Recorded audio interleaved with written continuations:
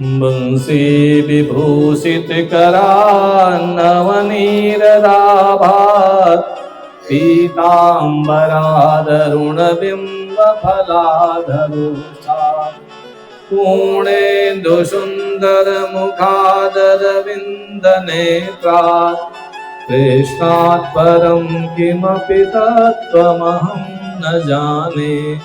वसुदेवसुतं देवं कंसचाणूरमर्दनं देवकी परमानन्दं कृष्णं वन्दे जगद्गुरुं।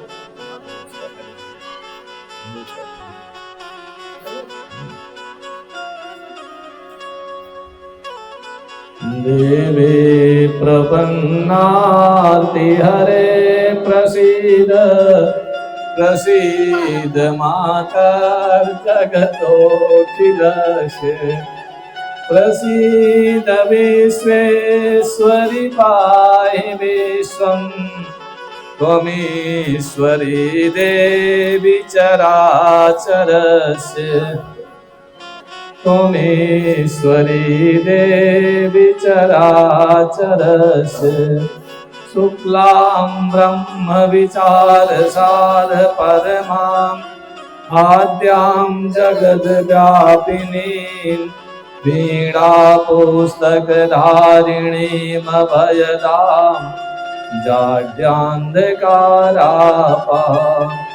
हस्ते स्फाटिकमालिकां विदधतीं पद्मासने संस्थितां वन्दे तां परमेश्वरीं भगवतीं बुद्धिप्रदां शारदां नीलाञ्चलनिवासाय नित्याय परमात्मने बलभद्रसुभद्राभ्यां जगन्नाथाय ते नमः।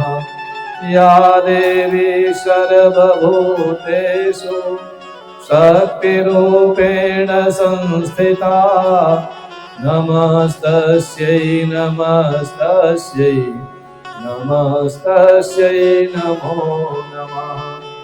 मनोजवं मारुततुल्यवेगं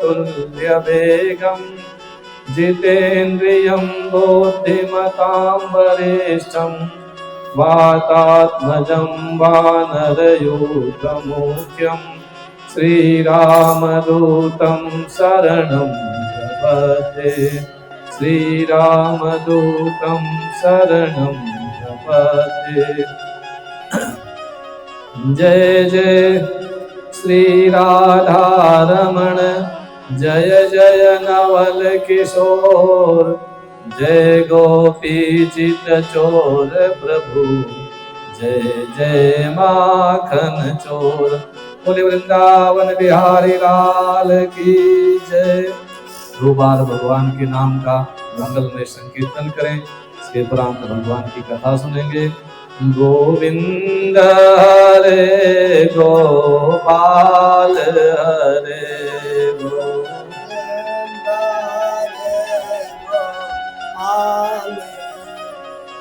गोविंद हरे गोपाल हरे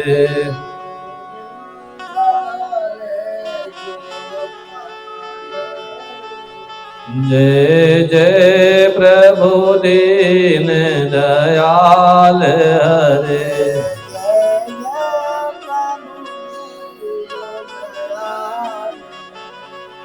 जय जय प्रभु दीन दयाल हरे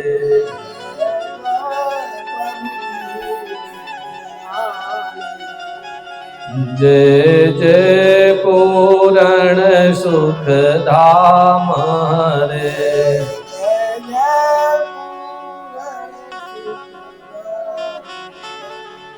जय जय पूर्ण सुख धाम हरे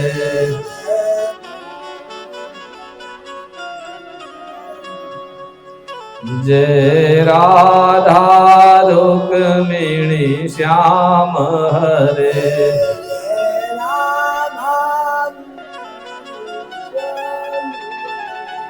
जय राधा रुक्मिणी श्याम हरे।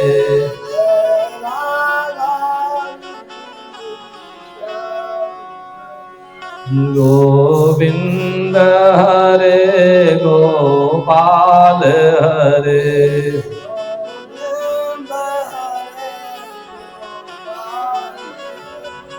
गोविंद हरे गोपाल हरे।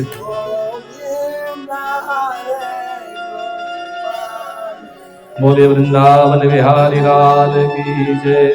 श्रीमद्भागवत महापुराण के व्यास भगवान के सुखदेव भगवान की जय। श्री भगवान जगन्नाथ स्वामी की असीम कृपा से सागर तट पर उनके चरणों में बैठ करके हम सभी लोगों को श्रीमद्भागवत पुराण की चर्चा करने का सौभाग्य प्राप्त हुआ है। हम लोगों ने कल पंचम दिवस की कथा में गिरिराज जी के पूजन की कथा सुनी थी। गिरिराज जी का पूजन बड़े धूमधाम से किया गया।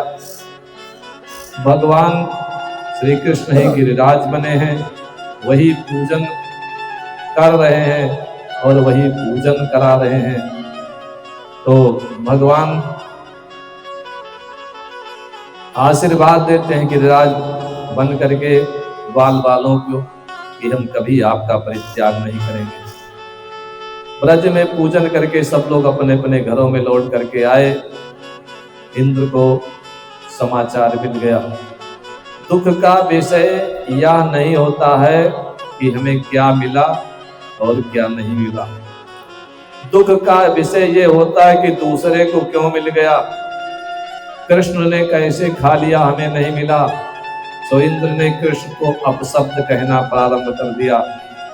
पहली गाली भगवान को क्या दी, वाचालम। एक श्लोक बड़ा प्रसिद्ध है, मूकम करोति वाचालम। तो यहाँ प्रश्न उठता है कि वाचाल शब्द निंदा में है कि प्रशंसा में है। इसीलिए वाचालम, वाचा अलम करोति। मुख को वाणी के द्वारा अलंकृत करता है। तो इंद्र ने वाचाल यानी कि बकवादी कहा, लेकिन आचार्यों ने अर्थ बदल दिया। क्या कहा आचार्यों ने कि आज इंद्र तो भगवान की प्रशंसा कर रहे हैं, मूकम करोति वाचालम। फिर दूसरा शब्द कहा बालिसम, ये भगवान का नाम है, कूटस्थ भगवान का एक नाम है। कूट माने पत्थर की शिला अर्थात जो जड़ है। तो बालिसम का मतलब क्या हुआ, जड़ है। तो भगवान को जड़ कहा गया कि निरीह है। निरीह का मतलब उनकी कोई इच्छा नहीं है। तो पूछा गया इच्छा किसको होती है, तो कहीं इच्छा उसको होती है जो अधूरा हो। तो आचार्यों ने कहा, इंद्र ने ठीक ही कहा, हमारे भगवान की कोई इच्छा तो है नहीं, सब कुछ उनके पास है। तो इसलिए भगवान को बालिसम कह दिया गया, कोई गड़बड़ नहीं, अच्छा ही। और फिर तीसरी गाली दी, अज्ञम पंडित मानिनम। तो पंडितों का आदर करने वाले विष्णु तत्व के योद्धा परमात्मा श्री कृष्ण है। इंद्र उनके प्रति क्रोध करने लगे और कहा कि सांबक नाम के मेघों को बुलाओ। इंद्र के यहाँ मेघों की तमाम किस्में हैं। एक मेघ तो है जो प्रलय की बारिश कराते हैं, उनके पास बहुत पानी। गिरिराज जी के बारे में कथा बड़ी प्रसिद्ध है कि भगवान ने गोवर्धन पहाड़ को उठा करके ब्रजवासियों की रक्षा की थी।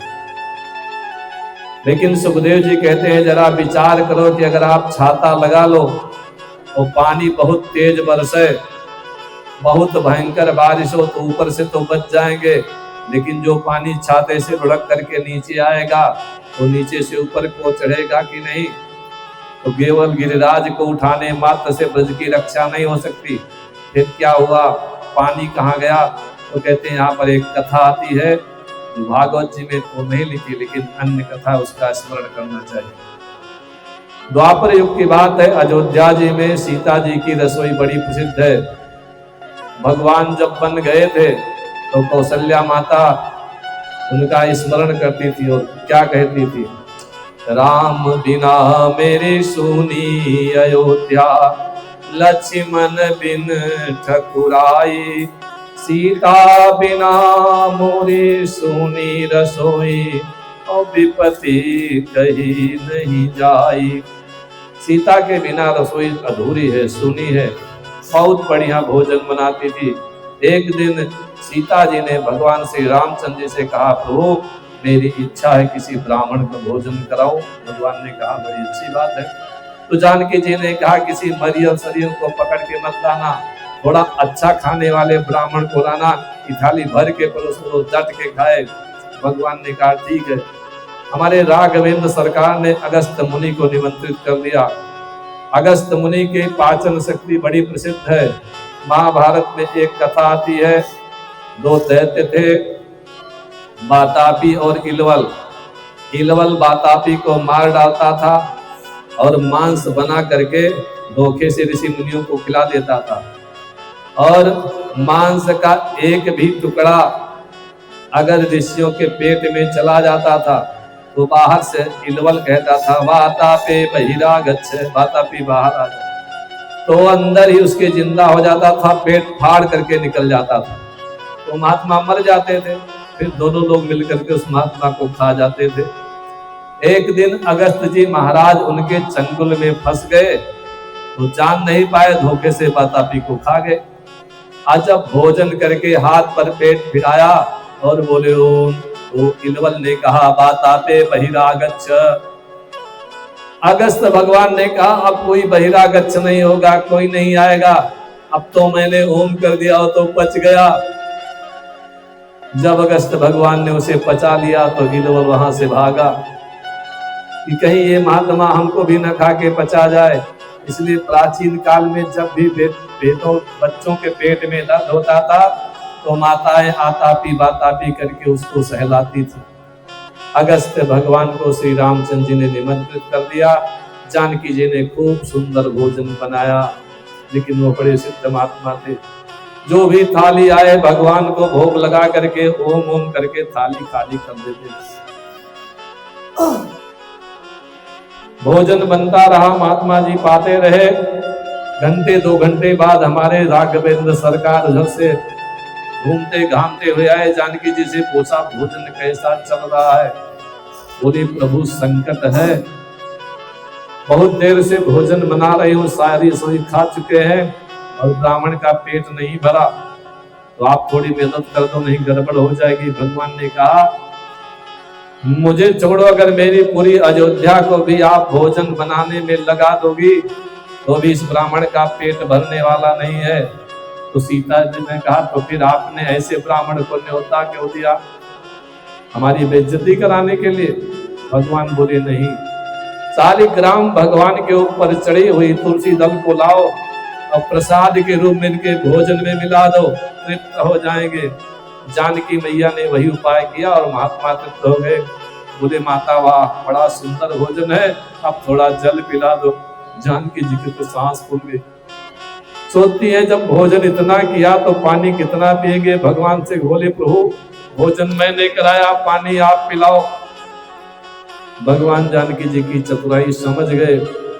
अगस्त जी के सामने खड़े हुए हाथ जोड़कर बोले, मुनिवर क्षमा करो, आज तो पानी की व्यवस्था नहीं है, आज तो भोजन की व्यवस्था थी, लेकिन आपका पानी हमारे ऊपर उधार रहा। जब हम पानी की व्यवस्था कर लेंगे तो आपको बुला करके। तो कहते हैं, जब इंद्र ने क्रोध किया, संवर्तक नाम के मेघों को भेजा कि पानी बरसा करके पूरा ब्रजमंडल बहा दो। पानी बरसने लगा तो भगवान ने गोपियों से कहा, आओ चलें, और अगस्त भगवान का स्मरण किया कि महाराज आ जाओ, पानी की व्यवस्था है, जितना पानी चाहो पूरा का पूरा पी लो। तो कहते हैं, भगवान ने बाल बालों को बचाने के लिए गिरिराज को अपनी कनिष्ठिका के ऊपर धारण किया। संवर्तक में एक हाथी की सूंड की तरह मोटी मोटी धारा वाला पानी गिराते हैं। अगस्त मुनि अंजुली बांधे बैठे हैं, जितना पानी आता है अणिमा नाम की सिद्धि सब पानी को समेट करके उनके पेट में डाल देती है। कहते हैं कि 7 दिन 7 रात पानी बरसता रहा, लेकिन ब्रजमंडल में केवल धूल उड़ रही है। 7 दिन हो गया, इंद्र ने कहा चल के देखते हैं ब्रजमंडल बचा कि बह गया। आए देखा वहां तो धूल उड़ रही है, पानी कहाँ गया, अब क्या करें। और राजा परीक्षित जी ने एक प्रश्न कर दिया कि महाराज जब 7 दिन कन्हैया गिरिराज को उठा करके खड़े रहे तो ब्रजवासियों ने कुछ खाया कि नहीं, भोजन हुआ कि नहीं हुआ, भगवान का क्या हुआ। चुच्छुटभ्याम सुखापेक्षाम हित्वा तैर्ब्रजवासिभिः वीक्ष्यमाणो दधावत्रिं सप्ताहं नाचलत् पदात्। 7 दिन 7 रात्रि तक ब्रजवासियों ने केवल भगवान श्री कृष्ण का दर्शन किया। वीक्षमाणा दधावत्रिम, उनकी मुख माधुरी से जो रस टपक रहा था उस छवि को देख करके ब्रजवासी तृप्त नहीं हुए, क्योंकि वे बड़े चंचल थे। कहाँ 7 वर्ष का बालक और कहाँ 7 कोस का 21 किलोमीटर का पर्वत, कहाँ 7 दिन और 7 रात्रि तक धारण करना, ये सब भगवान की बहुत बड़ी कृपा है। इसके बाद गिरिराज को पुनः भगवान ने स्थापित कर दिया। धन्य है भगवान कृष्ण। ऐसी चमत्कार को देख करके भी उनको न समझे तो उससे भागा कौन हो सकता है। इंद्र महाराज भाग करके आए, सुरभि माता को लेकर के आए, क्योंकि जानते थे भगवान को गौएं बहुत प्यारी है, गाय लेकर के आएंगे तो भगवान मेरा कोई अनिष्ट नहीं करेंगे। भगवान का दर्शन किया तो सुरभि माता भगवान की स्तुति इसलिए कर रही हैं कि आपने हमारी रक्षा की। यदि आप गिरिराज को धारण नहीं करते तो गोपों का विनाश तो होता ही होता, गायों का भी विनाश हो जाता। इंद्र ने तो नाश करने में कोई कसर नहीं छोड़ी थी, इसलिए सुरभि ने जब देखा कि इंद्र भी जा रहा है तो पीछे रुक गई। इंद्र के साथ में कृष्ण का दर्शन नहीं करेंगे। क्षुद्र स्वभाव वाले जो लोग होते हैं वह सरलता और विनम्रता उनके साथ सीधा व्यवहार करिए तो कायरता समझते हैं। इंद्र ने समझा कि ये छोटे हैं, सरल हैं, बालक हैं, गोप गोपियों के साथ खेलते हैं, इसने इंद्र ने भगवान की बड़ी अवहेलना की। लेकिन जब मेरे प्रभु ने गिरिराज को उठा करके ऐश्वर्य प्रकट किया तो वही इंद्र झुक करके सामने आ गया, हाथ जोड़ करके स्तुति करने लगा। चंतुम प्रभो थारहसि मूढ़चेतसो, चंतुम प्रभो थारहसि मूढ़चेतसो, मैवं पुनर्भून्मतिरीश मे सति। प्रभु अब हमारी कभी ऐसी बुद्धि न खराब हो कि हम आपका अपमान करें, हमें क्षमा कर दो।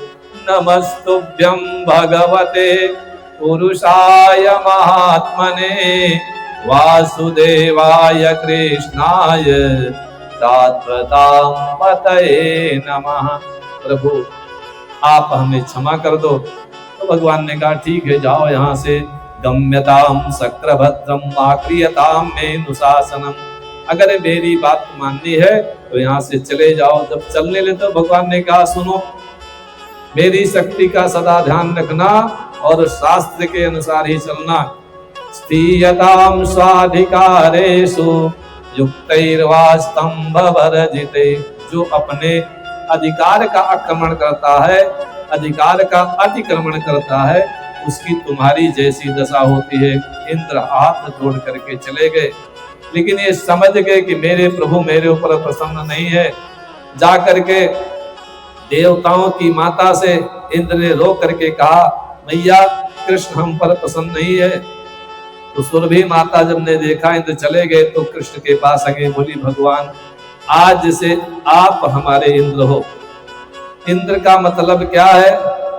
इतना पुण्य हो जिससे सारा ऐश्वर्य प्राप्त हो जाए, हम आपके हैं, आप हमारे इंद्र हैं। त्वाम अभिषेक श्यामा। सुरभि ने कहा भगवान से हम आपका अभिषेक करना चाहते हैं, तो आप बैठ जाइए। भगवान बैठ जाइए। भगवान जी बैठ गए। सुरभि उनके ऊपर खड़ी हो गई, मानो वो गाय नहीं है धरती है, मानो उनके जो 4 स्तन हैं 4 समुद्र हैं, और उन स्तनों का रस, उन स्तनों का दूध भगवान के मस्तक पर गिरने लगा। अभिषेक कर रही है। सुरभि माता अपने दूर से इंद्र ऊपर से देख रहे थे। माताओं ने कहा, इंद्र तू अगर सचमुच जाना चाहता है तो कुछ महात्माओं को साथ लेकर के जा, भगवान ऋषियों पर क्रोध नहीं करते हैं। देव माताओं के कहने से इंद्र देवर्षियों के साथ आए और स्वयं भी ऐरावत से कहा, तुम आकाश गंगा का जल भर करके कलशों में लाओ, क्योंकि दुग्ध स्नान के बाद भगवान का शुद्ध जल से स्नान होना चाहिए। तो इसके बाद इंद्र ने स्वयं भगवान का अभिषेक किया और भगवान का एक नाम रखा गोविंद। गोविंद क्यों रखा? क्यों? गौ अर्थात धरती के आप स्वामी हैं और जो ये गौ रूपा गाय हैं उनको भी आप स्वीकार करते हैं, उनकी रक्षा करते हैं, इसलिए आप सचमुच में ही गोविंद हैं। इस जब उत्सव हो रहा था भगवान के अभिषेक का, तो देखने के लिए आकाश मंडल में तुम्बरु, नारद, गंधर्व, विद्याधर, सिद्ध, चारण सबके मन में इच्छा हुई कि भगवान के पास जाएं, स्तुति करें, उन्हें प्रसन्न करें। तो सबके सब आए और सब लोगों ने जो है भगवान की स्तुति की। जगुर यशो लोकमलापहं हरे। इतनी कथा को सुना करके कहा सुखदेव जी ने कि भगवान के जो इस चरित्र का श्रवण करता है, गिरिराज धरण के चरित्र का श्रवण करता है, वो जो है सारे लोक के जो है मल यानी पाप दोष सब समाप्त हो जाते हैं, भगवान उनके ऊपर प्रसन्न हो जाते हैं। इंद्र ने अभिषेक किया, परिक्रमा किया, प्रणाम किया, तो भी भगवान कुछ बोले नहीं, आंखों से इशारा किया कि यहां से चले जाओ। शांति प्राप्त करके इंद्र चले गए। लेकिन इस घटना के बाद नंद बाबा के दरवाजे पर एक बहुत बड़ी पंचायत बैठी। ब्रजवासी आए, बोले बाबा आज पोल खुल गई, तुमने हमसे कुछ छुपाया है, ये कृष्ण तुम्हारा पुत्र नहीं हो सकता, जरूर तुम कहीं से इसे लाए हो, या तो बताओ ये किसका पुत्र है, और नहीं तो तुम्हारा हुक्का पानी आज से बंद, हम तुमको अपनी जाति में नहीं रखेंगे। नंद बाबा घबरा गए, अब क्या करें? तो नंद बाबा ने कहा, देखो जब श्री कृष्ण का नामकरण संस्कार हुआ था तो मैंने तुम लोगों से छुपा करके किया। गर्गाचार्य जी ने इनकी कुंडली देख करके जो बताया था वह मैं आज आप लोगों को बताता हूँ। उन्होंने कहा था, तस्मान्नन्दात्मजोऽयं ते नारायण समो गुणे।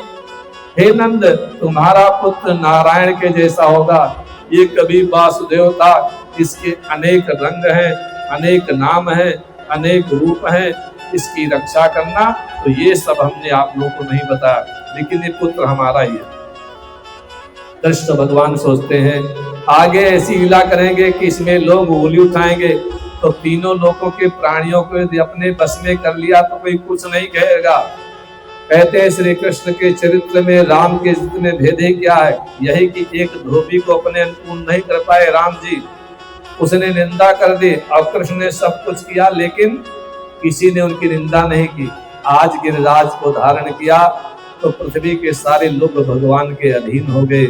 मन में विचार करते हैं कि देव लोक के लोग भी चमत्कार माने, और इंद्र ने जब आकर के भगवान की स्तुति करी तो देवलोक भी भगवान के अनुकूल हो गया।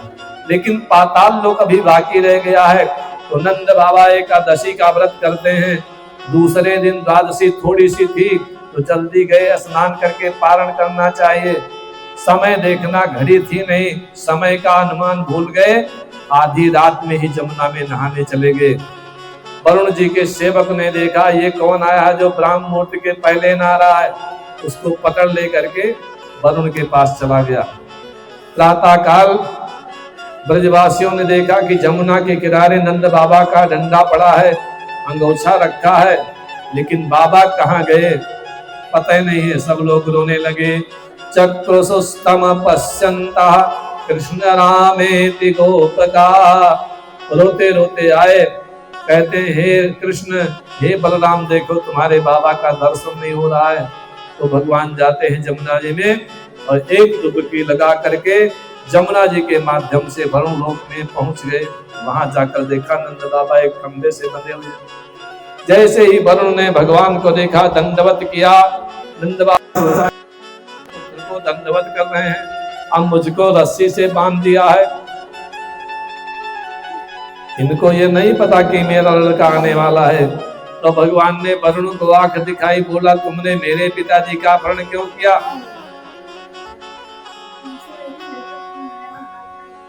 जो बड़े आदमी होते हैं वह अपनी गलती अपने सेवक पर डाल देते हैं। तो वरुण जी ने कहा हमने कुछ नहीं किया, ये हमारा सेवक नौकर बड़ा ज्ञानी था, इसको पता नहीं था कि कब क्या करना चाहिए, तो ये पकड़ लाया आपके पिता को, इसलिए कृपा करके हमें क्षमा कर दो। भगवान ने कहा ठीक है, जल्दी से पिताजी को खोलो। गोविंदनीयता में से पिता ते पितृवत्सला। वरुण जी ने नंद जी को बंधन से मुक्त किया और कहा इनको आप ले जाओ, उपहार दे करके विदा किया। नंद बाबा वापस आए तो दूर से हल्ला मचाने लगे, सब लोग यहाँ आओ, तुम लोग हमारे पुत्र को नहीं जानते हो, इसको तो लोकपाल भी दंडवत करते हैं। अब जो कुछ देखा था सब बताया। ब्रजवासियों ने कहा बाबा आपने क्या देखा? उन्होंने कहा मैंने वरुण लोक का दर्शन किया, लोकपालों ने इसको प्रणाम किया। निश्चित रूप से जो गर्गाचार्य जी ने बताया थे नारायण ही है। सब ब्रजवासी इकट्ठे हो गए, कृष्ण के पास आए, बोले प्रभु जब वरुण का लोक है, इंद्र का लोक है, आप इन सबके स्वामी हैं, तो आपका तो भी कोई लोक होगा, आप में अपने लोक का दर्शन नहीं कराओगे? हम आपके सेवक हैं, आपके मित्र हैं, आपके सखा हैं, आपके सहपाठी हैं, आपके ग्रामवासी हैं। हम उस परम लोक को विद्या के बल से नहीं पा सकते, लेकिन आप चाहें तो कृपा करके अपने लोक का हमें दर्शन करा सकते हैं। तो भगवान ने सोचा ब्रजवासियों पर कृपा करनी चाहिए, भगवान करुणा के सागर हैं, कोई बात नहीं, हम तुम्हें अपने लोक का दर्शन अवश्य कराएंगे। लोक कौन सा है? तो सुखदेव जी बताते हैं कि भगवान का कौन सा लोक है। सत्यम ज्ञानम अनंतम यद ब्रह्म ज्योति सनातनम। जो सत्य स्वरूप है, किसी भी काल में जिसका अभाव नहीं है, जो जिसका कभी विनाश नहीं होता, और जहां ज्ञान नहीं है, जो अनंत है, प्रकाश युक्त है, सनातन है, और उस लोक का भगवान ने ब्रजवासियों को दर्शन कराया। जिस स्थान पर दर्शन कराया अपने लोक का, उस स्थान का नाम है ब्रह्मकुंड। हेतु ब्रह्मदम नीता मगना कृष्णेन चोधृता। फिर भगवान को निकाल करके ब्रह्मकुंड से बाहर लाए, फिर ब्रह्मलोक का दर्शन करा दिया। अब ब्रजवासी, वरुण लोकवासी, इंद्रलोकवासी सब लोग भगवान से कृष्ण की जय जयकार करने लगे। तीनों लोग आज भगवान के भक्त हो गए। अब भगवान विचार करते हैं अब क्या होना चाहिए। भगवान पिता रात्रि शरदोत्फुल्ल मल्लिका वीक्षं दन्तुं मनश्चक्रे योग माया मुपाश्रिता। तो भगवान अपने स्वरूप को प्रकट करना चाहते हैं। रस का जो समूह है, रस का जो ढेर है, उसका नाम होता है रास, और रास को नाटकीय भाषा में कहा जाता है लास्य। लीला शब्द को भी रास ही कहा जाता है, जिसमें व्यक्ति अपना होश खो दे, लीन हो जाए, डूब जाए, निमग्न हो जाए, उसे लीला कहते हैं। भगवान श्री कृष्ण को नंद कुमार के नाम से सब जानते हैं। नंद कुमार क्या है? रस स्वरूप ब्रह्म है, क्योंकि वेद भगवान कहते हैं रसो वैसा, वो रस स्वरूप परमात्मा है। उनको प्राप्त करके जीव आनंदमय हो जाता है। तो भगवान ने उस रस को प्रकट करने के लिए, किशोरावस्था को सफल करने के लिए, आज भगवान ने हाथ में बांसुरी पकड़ ली, बांसुरी का स्वर निकाला। योग के द्वारा, ज्ञान के द्वारा, भक्ति के द्वारा भगवान को पाया जा सकता है। योगियों के वहां सत्य की प्रधानता होती है, ज्ञानियों के यहाँ चित्त की प्रधानता होती है, और भक्तों के यहाँ आनंद की प्रधानता होती है। सत्य चित्त आनंद, इसी को कहते हैं सच्चिदानंद। लेकिन क्या वृंदावन में सब नहीं है? बोले हैं, यहाँ वृंदावन ही सत्य है, कृष्ण ही चित्त है, और गोपनांगनाएं ही आनंद है। इसका अर्थ निकला कि जहाँ वृंदावन हो, जहाँ श्री कृष्ण हो, जहाँ गोपनांगनाएं हो, वहाँ जो है गोपियां हो वहां सच्चिदानंद तो रहेगा ही। तो जगौ कलम वाम दृशाम मनोहरम। अपने यहाँ जो मंत्र हैं 3 प्रकार के बीज मंत्र बहुत प्रसिद्ध हैं। ऐं ह्रीं क्लीं। ऐं को सरस्वती बीज विद्या बीज कहते हैं, ह्रीं को माया बीज, क्लीं को काम बीज। तो भगवान ने सोचा सीधे गोपियों की कामना की पूर्ति क्यों नहीं की जाए, तो भगवान ने अपनी बांसुरी को अपने ओठों से लगाया और क्लीं क्लीं की ध्वनि बजाने लगे। वनम चतत कोमल गोभिरंजितम जगौ कलम वाम दृशाम मनोहरम निशम्य गीतम तदनंगवर्धनम ब्रज स्त्रिया कृष्ण गृहीत मानसा। कामनाओं को बढ़ाने वाले इस भगवान के क्लिंग क्लिंग वाले गीत को बंसी के माध्यम से गोपियों ने सुना तो उनका मन कृष्ण के पास चला गया। क्या बात है, अर्जुन कृष्ण से कहते हैं कि भगवान मुझे अपना मन दे दे, मन मना भाव, और गोपियों का मन जो है भगवान से हटता ही नहीं है, इतना रसमय एकाकार हो गया। एक बार गोपियों ने कृष्ण से कहा था, माधव एक बात मानोगे? कन्हैया ने कहा हाँ हाँ बोलो, क्या बात है? गोपियों ने कहा जब मैं भोजन बनाया करूं तब मुरली मत बजाया करो। कन्हैया ने कहा क्यों, क्या हो जाता है? तो गोपियों ने कहा नीरस मेधो रसमामेति। जब आप मुरली बजाते हो तो सूखी लकड़ियां सब गीली हो जाती हैं। मुरार रंधन समय माकुर मुरली रवम मधुरम नीरस मेधो रसतामेति कृशानुरप्येति कृशतरताम। मुरली में इतना रस है कि उसकी धुन से लकड़ियां सूखे काष्ठ गीले हो जाते हैं, तो भला गोपियां कैसे बचे? इसलिए ब्रज स्त्रिया कृष्ण गृहीत मानसा। मुरली को धुन कर सुन करके सब गोपांगनाएं दौड़ पड़ी कृष्ण से मिलने के लिए। यहाँ पर एक प्रश्न उठता है, क्या सभी गोपियां जानती थी कि दूसरी वाली भी जा रही है? और नहीं जान रही तो अपने प्रिय के पास एकांत में जाया जाता है। सुखदेव जी कहते हैं जा तो सभी रही हैं किंतु एक दूसरे की तरफ देख नहीं रही। जगमुरन्यो नमलक्षितोद्यमः शयत्र कांतो जवलोल कुंडला। किसी संत ने एक भजन गाया करते थे कि जब गोपियों ने बांसुरी सुनी तो क्या हुआ? बाजी बहुरानी बाजी देखिबे को द्वार धाई, ओ बाजी गुलानी सुनि बंसी बंसी धर की।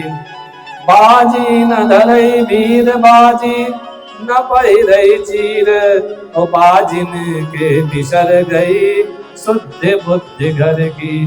बाजी न बोले बाजी संग लागी डोले, बाजिन के उठी पीर बिरह अनल भर की। बाजी कहें बाजी बाजी बाजी कहें कहाँ बाजी, बाजी कहें बाजी बंसी सांवरे श्याम सुंदर की। तो तैयार हो गए बनने के लिए, चलने के लिए। तो आभूषण कोई उल्टा सीधा सब पहन लेती है जल्दी जल्दी। व्यस्त वस्त्राभरण, वस्त्र और आभूषण सब उलट पुलट हो गए, कहीं का कहीं पहन लिया। भगवान की बांसुरी की धुन सुनी तो और क्या हुआ? कुछ गोपियां अपने पति को भोजन करा रही थी तो सुसंत्या पतिन कश्चित अनस्नन्त्योपास्य भोजनम। तो भोजन परोसना छोड़ दिया, कुछ स्वयं भोजन कर रही थी, भोजन की थाली वहीं रख दी, बालकों को दूध पिलाना बंद कर दिया, और जो गाय दो रही थी द्रोहम हित्वा वहीं पर मटकी को पटक करके चल पड़ी। सभी श्री कृष्ण की ओर चल पड़ी हैं।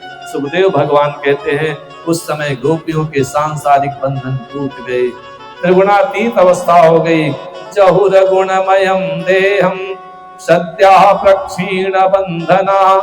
तो राजा परीक्षित जी ने एक प्रश्न किया कि जब से कृष्ण को अपना कांत सब लोग समझती थी, अपना प्रिय समझती थी, तो जो कामना लेकर के जाएगा निर्गुणावस्था को कैसे प्राप्त होगा? कैसे आपने कह दिया सब गुणातीत हो गई। कहते एक सन्यासी ने एक महात्मा से जा करके पूछा, मुझे पूर्ण बोध हो गया है, मुझे विवेक हो चुका है, मुझे क्या करना चाहिए?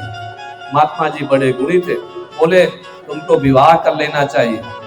बोला महाराज ये क्या कहते हो? बोले क्यों? जब तुमको बोध हो गया, विवेक हो गया, इसके बाद भी जिज्ञासा से कि क्या करना चाहिए, तो किस बात का बोध हो? जब करना अभी से तो बोध कैसे हो गया? तो सुखदेव जी कहते हैं, राजन उक्तम पुरस्तादे तत्ते चैत्य सिद्धिम यथागतः। सुखदेव जी कहते मैंने आपको पहले कथा सुनाई 7वें स्कंद में कि गाली देते हुए शिशुपाल जो है परम पद को प्राप्त हो गया, और तुम गोपियों के ऊपर संदेह करते हो। जिसका जो संबंध अनुकूल बैठे वही संबंध भगवान से बना लो। भय वाला, ईर्ष्या वाला, देश वाला, प्रेम वाला उसे बनाओ।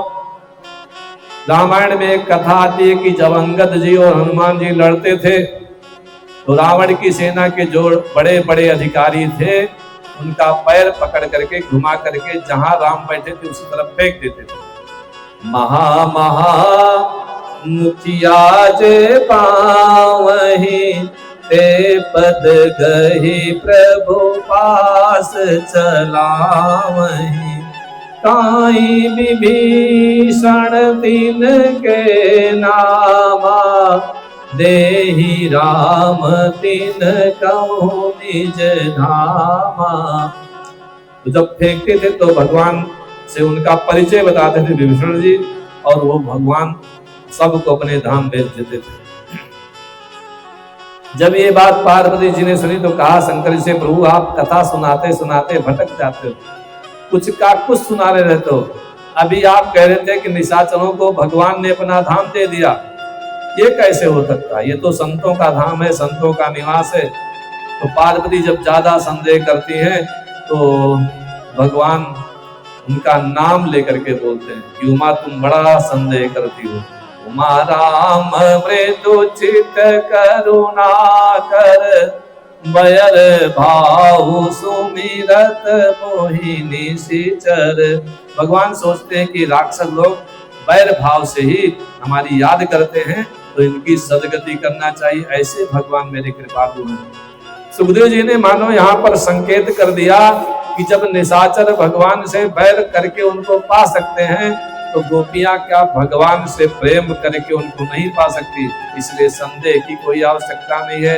सुखदेव ने भगवान को, परीक्षित जी को इतना यहाँ पर थोड़ा कड़े शब्दों में डांटा कि आगे 5 अध्याय तक परीक्षित वाच हुआ ही नहीं, बेचारे कुछ बोले नहीं, और 5 अध्याय तक केवल सुखदेव जी बोले हैं, परीक्षित जी ने केवल सुना है। तो सुखदेव जी कहते हैं कि राजन जब गोपियां भगवान के पास यमुना तट पर आई तो भगवान ने जानने के लिए इनकी निष्ठा कच्ची है पक्की, तो भगवान ने गोपियों का धर्म का उपदेश देते हैं। कहते हैं गोपियां तुम लौट जाओ, तुमने वन यमुना जल देख लिया ना, तुम्हारे बच्चे रो रहे हैं, बछड़े दूध के लिए रो रहे हैं, तुम्हारे पति तुम्हारी प्रतीक्षा कर रहे हैं कि आओ तो थाली में रोटी दाल चावल दो।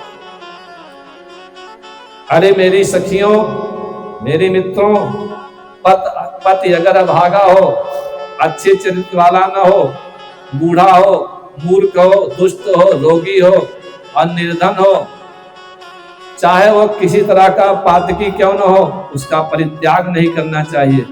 तुम्हारे पतिजन पातकी नहीं है। पति स्त्री फिर नहातव्यो लोके सुरभिपातकी। 5 महापाप संसार में बताए गए हैं, इनसे आदमी को बच करके रहना चाहिए। ब्रह्महत्या, मदिरापान, चोरी करना, गुरु पत्नी के प्रति कुदृष्ट रखना, और 5वां पापी वो होता है जो इन चारों के साथ उठता बैठता है। आप कोई पाप नहीं करते हैं, लेकिन अगर इन चारों का संग करते हैं तो आप भी उन्हीं के बराबर पापी हैं। इन पापों से अगर तुम्हारे पति युक्त हो तो त्याज्य हैं, लेकिन अगर ऐसे नहीं है तो वृद्ध रोग बस जड़ धन हीना, अंध बधिर क्रोधी अति दीना, ऐसे उपति कर किए अपमाना, नारी पाऊ जमपुर दुख नाना। गोपियां कहती हैं महाराज, जिसने संसार के समस्त बंधनों का त्याग कर दिया हो वह क्या करे। भगवान ने कहा तो क्या तुम धर्म का त्याग करोगे। गोपियां कहती महाराज, अपने परिवार का पालन करना धर्म है। भगवान ने कहा, तो गोपियों ने कहा एक बात और बताओ।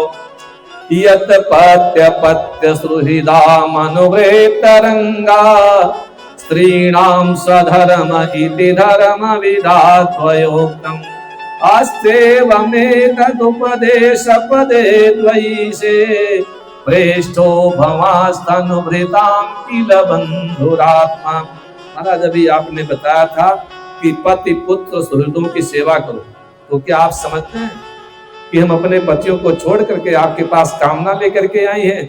अरे संसार के जितने संबंध हैं उसमें से जो संबंध आपको अच्छा लगता हो वह संबंध हम आपसे बनाने के लिए तैयार हैं। भगवान ने पूछा तो आखिर तो हमसे चाहती क्या हो। गोपियों ने कहा कुछ नहीं चाहती है, केवल हमारे सिर पर आपका हाथ लग जाए, हमारे शरीर पर हाथ का स्पर्श हो जाए और कुछ नहीं चाहिए। तन्नो निधेहि कर पंकज मात बंधो, तप्तस्तनेषु च शिरस्सु च किंकिरीणाम। भगवान ने सोचा इनका मनोरथ पूर्ण करना चाहिए, तो जो नृत्य किया है उसी को रस प्रकट करने का साधन शास्त्रकारों ने बताया और उसी को हम लोग रास महारास के नाम से जानते हैं। तो भगवान ने फिर क्या किया। बाहु प्रसार परिरंभ कराल कोरु, निविस्तना लभन नरम नखाग्रपाते, शैल्यावलोकि हसितैर्ब्रज सुंदरीणाम, उत्तम भयन रतिपतिम रमयांचकारा। भगवान ने गोपियों के हाथ को पकड़ा, मंद मुस्कान के द्वारा उनको व्याकुल करते हुए उनके साथ नृत्य करने लगे। पहले बताया गया कि गोपियां जानती हैं कि वो अकेली आई है, इसीलिए जब कृष्ण ने एक क्षण में उनके दोनों हाथ पकड़ लिए, अंगना मंगना मंतरे माधवा, अंगना मंगना मंतरे माधवा। तो भागवत जी में कहा गया कि जितनी गोपियां थी उतने ही कृष्ण थे। जब दोनों हाथ भगवान ने एक गोपी के पकड़ लिए तो वहां दूसरा कौन? तो इसलिए भगवान ने इतने रूप बनाए, जितनी गोपियां उतने हमारे कृष्ण, जितने गोपी उतने माधव, जितने कृष्ण उतनी गोपियां, जितनी गोपियां उतने कृष्ण। गोपियों के दोनों हाथ भगवान कृष्ण के हाथ में है और भगवान के दोनों हाथ गोपियों के हाथ में है। आज वो सब सोचती है कि हमारे जैसा कोई भाग्यशाली नहीं है। यहाँ पर किसी ने एक प्रश्न किया, श्रीमद् भागवत में राधा रानी जी का नाम क्यों नहीं है? संत गाते हैं कि राधा रानी भगवान कृष्ण की काल्पनिक मूर्ति नहीं थी। ये सुना है कि कोई न थी राधिका, कृष्ण की कल्पना राधिका बन गई। अपना सब कुछ भुला कर कोई गोपिका, सांवरे रंग की साधिका बन गई। सब गोपी के साथ भगवान नृत्य करने लगे तो गोपियों ने देखा है तो मुझे ही प्रेम करते हैं, तो सबको अहंकार आ गया। भगवान सर्वत्र रहते हैं लेकिन जहां अहंकार आया भगवान हो गए गायब। अहंकार भगवान को प्रिय नहीं है। तासाम तत सौभगमदं वीक्ष्यमानं च केशवः, प्रशमाय प्रसादाय तत्रैवान्तरधीयत। गोपियों को मान हो गया, अहंकार हो गया, और जहां अहंकार हो गया तो अहंकार को दबाया जाता है, मान को मनाया जाता है। भगवान हो गए अंतर ध्यान। गोपियों को लगा हमने बहुत गलती की, हमने अहंकार किया, ढूंढने लगी।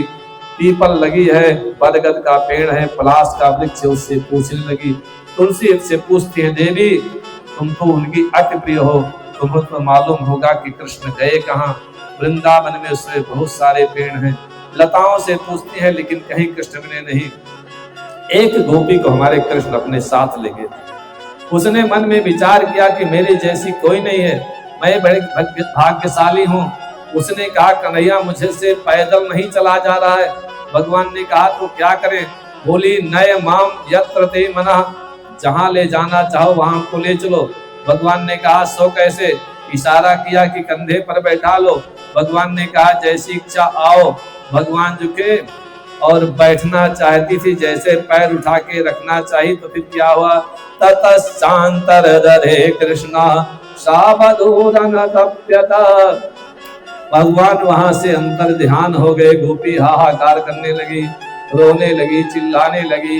अनाथ रमण प्रेष्ठ क्वासी क्वासी महाभुज, दास्यास्ते कृपणाया में सखे दर्शय सन्निधिम। प्रभु कहाँ चले गए?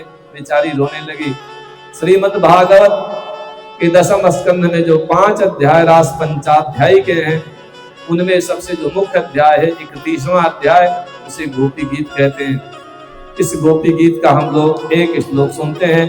गोपियां रोती हैं और भगवान का गुणानुवाद गा रही हैं। जयति तेधिकं जनमना प्रजा, श्रयत इंदिरा ससदत्र ही, दैत्य दृश्यता दीक्षुतावकाश, त्वयि धृता सवस त्वां विचिन्वते। जमुना तट के किनारे गोपियां रो रही हैं और भगवान के गुणानुवाद को गा रही हैं। उद्धव जी कहते हैं पुनाति भुवनत्रयम्।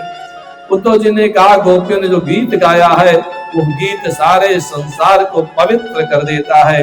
इसी गीत के बारे में कहा। गोपी आगे कहते हैं ते जन्मना ब्रजा, जब आपने महाराज ब्रज में जन्म लिया तो इस क्षेत्र समस्त लोगों का शिरोमणि हो गया।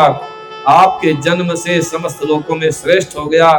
और यदि यह लोग सर्वश्रेष्ठ न होता तो लक्ष्मी जी बैकुंठ छोड़ करके ब्रजमंडल में निवास करने के लिए नहीं आती। इसलिए जयति तेधिकं जनमना ब्रजा, श्रयत इंदिरा ससदत्र ही। इसलिए प्रभु अब तो दर्शन दे दो। तो भगवान ने मानो पूछा कि तुम हमारी कौन लगती हो? तो गोपी ने कहा हम आपकी अपनी है। दयति दृश्यता, अपना स्वरूप दिखाइए प्रभु, क्योंकि हम आपकी है। तो भगवान ने कहा अगर मेरी हो तो मेरी पहचान क्या होती है? गोपियों ने कहा जो अपने प्राण तक को निछावर कर दे। तो भगवान ने कहा तो क्या तुमने अपने प्राण हमको दिए? और प्राण दे दे तो जीवित कैसे हो? गोपी ने कहा हम तो इसलिए नहीं मर रही हैं क्योंकि हमारे प्राणों की रक्षा आप कर रहे हो। त्वयि धृता शवः। तो गोपियां कह रही कि पुराने जमाने में राक्षस के प्राण प्रभु एक तोते में रहते थे, तो राक्षस तब तक नहीं मरता था जब तक तोता नहीं मरेगा। तो त्वयि धृता शवः, हमने तो अपने प्राण आपके अंदर रख दिए। और जब प्राणों की रक्षा आप कर रहे हो तो प्राण कैसे जाएंगे? हम आपकी हैं। दिशाओं में सब तरफ आपको खोज रही हैं। दीक्षतां विचिन्वते। तो एक तो शरद ऋतु है, शरदकालीन समय है, और आपके नेत्र कमलों की शोभा को भी चुराने वाले हैं। सरदुदासये साधु जात सरसी जोदर श्री मुसादृशा। महाराज हम आपकी दासी हैं। आप दुनिया को वरदान देते हो और हमको मारते हुए, क्या आपको हमारी मौत अच्छी लगेगी? तुम्हारा स्वभाव ऐसा नहीं प्रभु। आपने हमको विष से बचाया, जल से बचाया, वर्षा से बचाया, आंधी भोंटर से बचाया, जलती हुई अग्नि से बचाया, अघासुर बकासुर तृणासुर भरता भयंकासुर से बचाया। संस्कार के जितने भय हैं सबसे आपने हमारी रक्षा की। तो आप प्रभु हमको मार नहीं सकते। विश्वतो भयात् व्याल रक्षसात्। जब आपने सबसे हमारी रक्षा की, आप हमको मार नहीं सकते। तो इस वियोग में हमको मारने से तुम्हें क्या मिलेगा? गोपियां कहती हैं कि तव कथामृतम तप्त जीवनम कविभिरीडितम कलमशापहम। आपकी कथा रूपी अमृत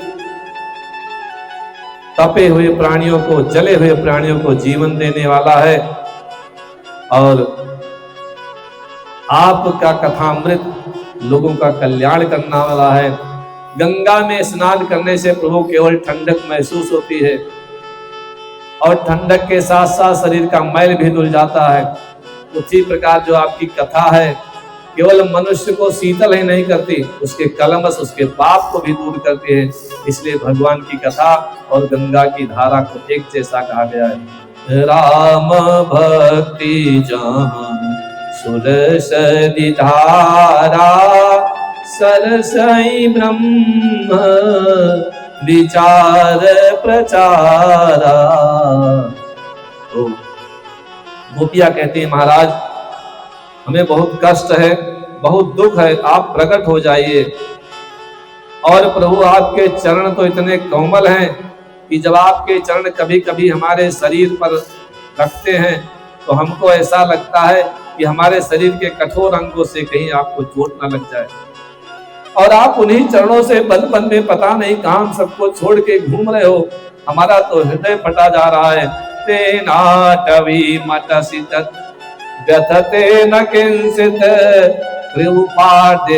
भ्रमति धीर भवदायुषाम्ना।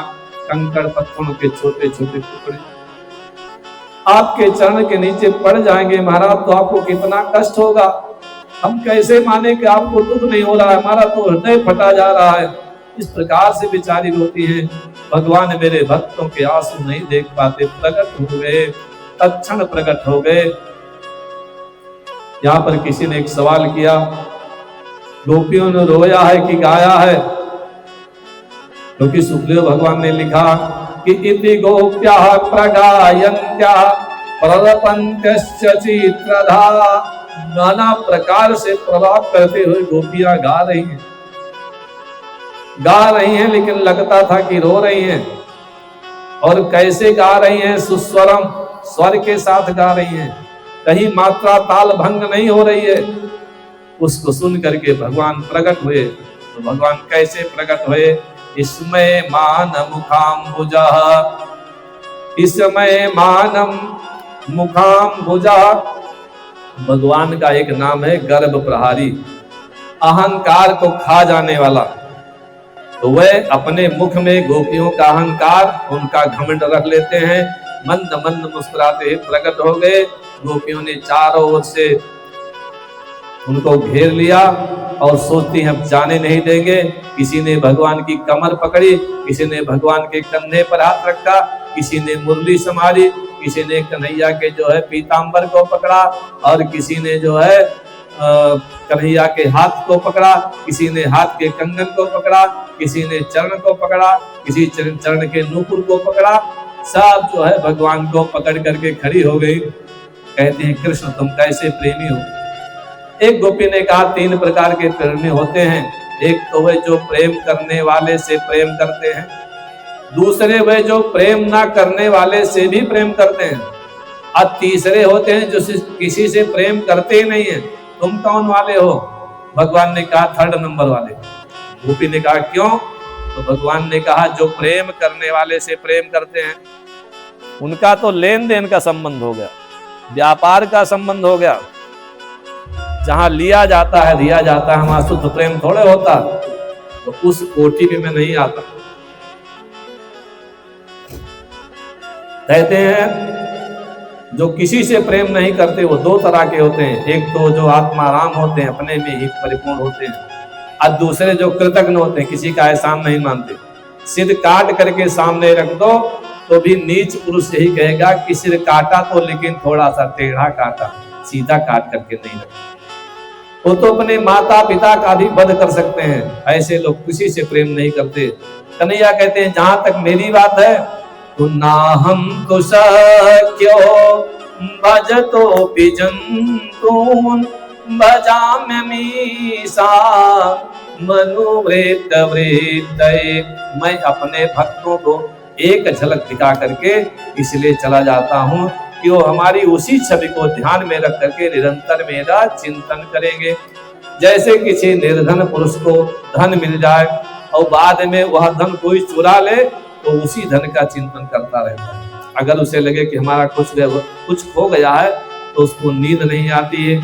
यथा धनो लब्ध धने विनष्टे तच्चिंतयानंदर्भृतो न वेदा। इसी तरह से मैं अपने भक्तों का धन हूँ और जब मैं अपने भक्तों से अंतर्ध्यान हो जाता हूँ तो हमारा चिंतन करते हैं। आओ अब हम तुम्हारे साथ क्रीड़ा करना चाहते हैं। आज यमुना के किनारे टोपियों के हाथ को पकड़ करके जैसे अनेक हाथियों के साथ गजराज क्रीड़ा करता है, प्रभु क्रीड़ा करने लगे कि अंगना अंगना मंगना मंतरे माधवो माधवम माधवम चांतरे रांगना अंगना मंगना मंतरे माधवो अंगना मंगना मंतरे माधवो माधवम माधवम चांतरे रांगना इत्थमा कल्पिते मंडले मध्यगा इत्थमा कल्पिते मंडले मध्यगा संजगो वेणुना देवकी नंदना अंगना मंगना मंतरे माधव। इस प्रकार से भगवान ने नृत्य किया और भगवान गोपियों से घिरे हुए इतने अच्छे लग रहे हैं, इतने अच्छे लग रहे हैं कि जैसे मध्य मणि नाम हैमा नाम महामरकतो यथा। जैसे सोने की बड़ी बड़ी मणियों के बीच में एक बहुत बड़ी नील मणि रख दिया जाए। कहते हैं भगवान की उस लीला को देख करके आकाश मंडल में देवरांगनाएं मुग्ध हो गई। चंद्रमा अपने गणों के साथ काम पीड़ित हो गया, काम स्वयं आज हार गया। भगवान ने कहा आओ आज से हम तुमको अपना पुत्र बना लेते हैं। तो भगवान के सामने दंडवत करके कामदेव उनका पुत्र बनने के लिए तैयार हो गया। क्योंकि जैसे रे में रमेशो ब्रज सुंदरी भी यथार्भकासो प्रतिबिंब विभ्रमा। जैसे कोई एक हाल कमरा बड़ा सा बनवाया जाए, उसमें हर तरफ से शीशे लगवा दिए जाएं, एक बच्चे को उसमें बंद कर दिया जाए, बालक ये न जानता हो कि हमारे प्रतिबिंब है, हमारी छाया है, तो समझेगा कि तमाम बालकों ने हमको घेर रखा है। ताली बजाएगा, हंसेगा, उनसे बातचीत करेगा। तो जैसे कोई बालक अपने प्रतिबिंबों से एक जगह पर क्रीड़ा करता है, उसी प्रकार से मेरे कृष्ण भगवान ने गोपियों के साथ क्रीड़ा की। भगवान का गोपियों के साथ ये चरित्र उसी तरह से है जैसे कोई बालक अपने प्रतिबिंब से खेल रहा हो। इसीलिए आचार्यों ने कहा है कि भगवान अपने प्रतिबिंब से बातचीत किया करते थे। गोपियां आज नाचते नाचते थक गई, भगवान ने सबको जमुना जी में स्नान कराया और भगवान ने सबका पसीना पोंछा। और भगवान का जब ये दृश्य ऊपर से देवताओं ने देखा, आकाश मंडल से फूलों की वर्षा की। रे में स्वयं स्वरस्तित्र गजेंद्र लीला। भगवान का एक नाम है स्वरति, वह अपने में ही प्रेम करते हैं। भगवान के चरणों की जो प्रीति है, जीवन रूपी फल का जो रस है, वो अगर आ जाए तो संसार के फल मिले या न मिले। आज भगवान ने गोपियों को सीधे भक्ति रस प्रदान कर दिया, भगवान ने सबको तृप्त कर दिया। भगवान ने मन में विचार किया कि गोपियां तो तृप्त हो गई, अब हमको इसके बाद वाला काम करना चाहिए। लेकिन वहां एक घटना घट गई। कुछ लोग कहते कि वो ब्रह्म रात्रि थी, बहुत विशाल रात्रि हो गई। कोई कहता है 6 महीने की रात हो गई, कोई कहता है कि ब्रह्मा की रात के बराबर हो गई, और यानी कि 100 साल की हो गई। तो रात्रि कितनी भी बड़ी हो, सब गोपियां जब भगवान के साथ थी तो ब्रज में हाहाकार मच जाता अगर रात बड़ी हो जाती। तो सुखदेव भगवान ने संदेह का निवारण करते हुए कहा, मन्यमाना स्वपार्श स्थान स्वान स्वांदारान ब्रजौकसा।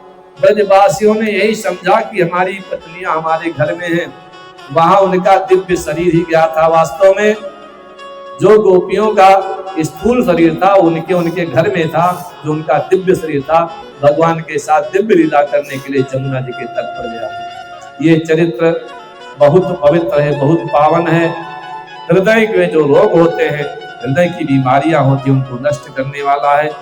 जो भी इस चरित्र का पाठ करता है और ये शंका त्याग देता है कि भगवान ने परदाराओं के साथ नृत्य किया, क्योंकि भगवान का चरित्र नहीं देखना चाहिए, भगवान के वचन सुनना चाहिए। ईश्वराणाम वचः सत्यम तथैवा चरितम क्वचित। बड़े लोगों के वचन मानने चाहिए, उनके आचरण नहीं देखना चाहिए।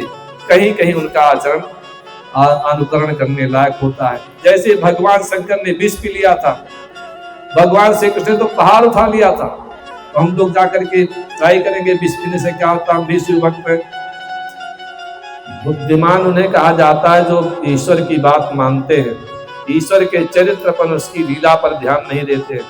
इसके बाद श्री कृष्ण ने अंबिकापन देव यात्रा में गोपालों के साथ सरस्वती नदी के किनारे जाकर भगवान शिव का अभिषेक किया। वहां रात्रि में जब गोपों ने शयन किया तो एक अजगर ने नंद बाबा का पैर पकड़ लिया। उनको जब निगलने लगा तो गोप लोग जलती हुई लकड़ियों से उसे मारने लगे, लेकिन उसने बाबा को नहीं छोड़ा। तो बाबा चिल्लाए, सर्पो माम ग्रसते तात प्रपन्नम परिमोचे। कृष्ण, हम तुम्हारी शरण में हैं, सर्प हमको निगल रहा है, हमारी रक्षा करो। तो भगवान ने उस सर्प पर अपने चरणों का प्रहार किया। जैसे भगवान के चरणों का स्पर्श उस अजगर को हुआ, वो सर्प शरीर को त्याग करके दिव्य शरीर धारण करके भगवान को प्रणाम करता है। तो भगवान ने पूछा, तुम हो कौन? बोला, ब्रह्म विद्याधर्म, मेरा नाम सुदर्शन था। एक बार अंगिरा गोत्र के कुछ कुरूप महात्मा हमारी ओर से निकले तो हमने उनकी हंसी उड़ाई। तो उन्होंने कहा, तुम हमारे रूप का उपहास करते हो, जा भी तू अत्यंत कुरूप अजगर बन जा। तो महाराज मैं सर्प हो गया। मैंने उनके चरणों में गिर करके क्षमा मांगी, वो प्रसन्न हो गए। उन्होंने कहा, कोई बात नहीं है, द्वापर युग में भगवान के चरण के स्पर्श से तुम्हारी मुक्ति होगी।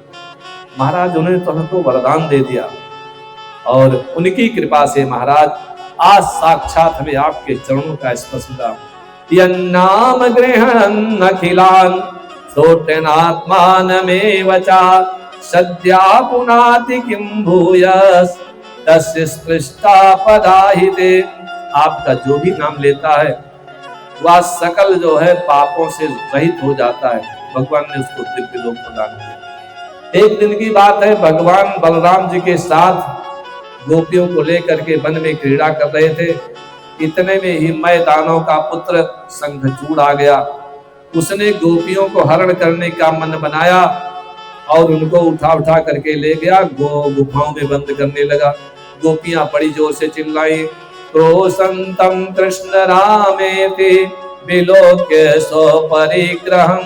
हे राम, हे कृष्ण, देखो ये दैत्य हमको लिए जा रहे हैं। तो भगवान ने कहा, मां भैष्ट। भगवान पीछे दौड़े, पास में जा करके उस दैत्य को पकड़ लिया और उसके सिर पर एक मुक्का मारा तो उसका सिर फूट गया।